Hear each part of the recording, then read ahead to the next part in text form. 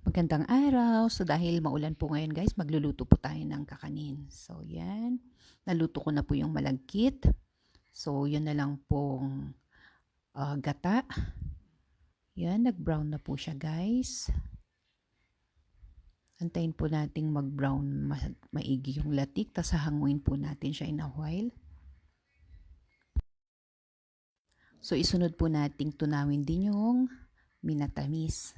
Yan, or sinakob. Ayan, tunaw na po siya guys. So ihahalo na po natin yung ginadgad na nyog or fresh na buko. Ayan.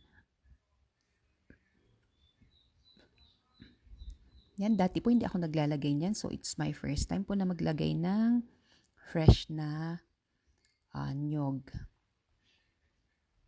Yun, so mix-mix lang po natin siya hanggang lumapot.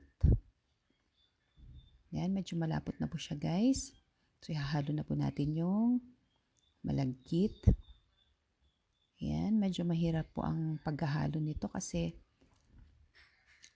pag malapot na po siya, medyo mahirap po siyang ihalo. Pero ganun pala talaga ang pagluluto ng malagkit guys.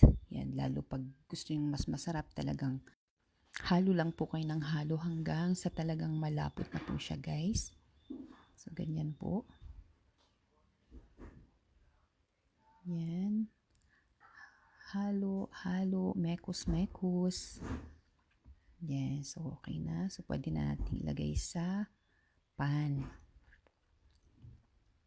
Yan, ilagay natin yung latik sa ibabaw.